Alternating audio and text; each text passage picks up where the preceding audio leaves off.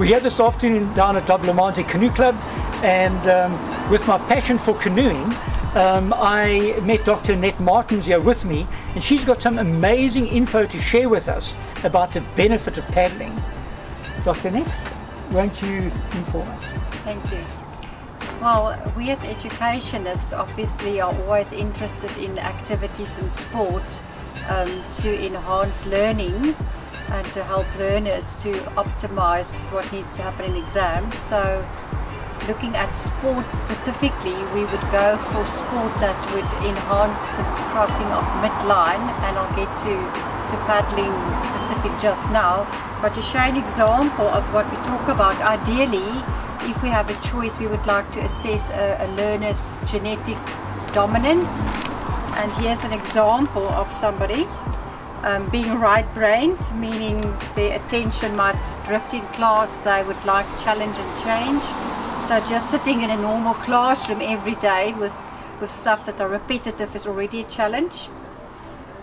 This learner has got a left eye, meaning that visual things will distract him if it's a full class.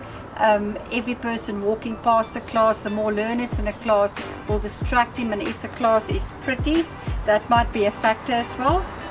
Left ear means he's got a sensitive gentleman ear, meaning if the teacher raises a voice, this learner might not hear what the teacher is saying. The problem is what will make this learner then to distress.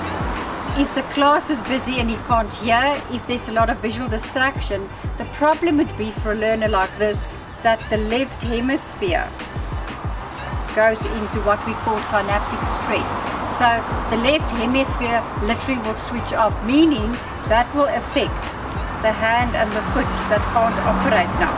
So the child loses those two things, meaning this learner in an exam, his ability to communicate, to rationalize, to verbalize, and to physically work will be slower. So therefore, if it's an activity where the midline can be crossed, we can get activity back here.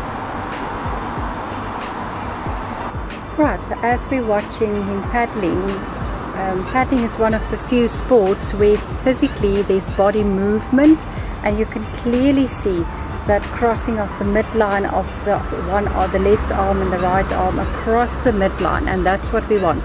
Because as soon as you have activity on both sides of the body, it means that we're activating both sides of the brain, where previously if you was just sitting and there was no activity on the left side, there would be no activity, you can't remember or recall anything from the left side of the brain.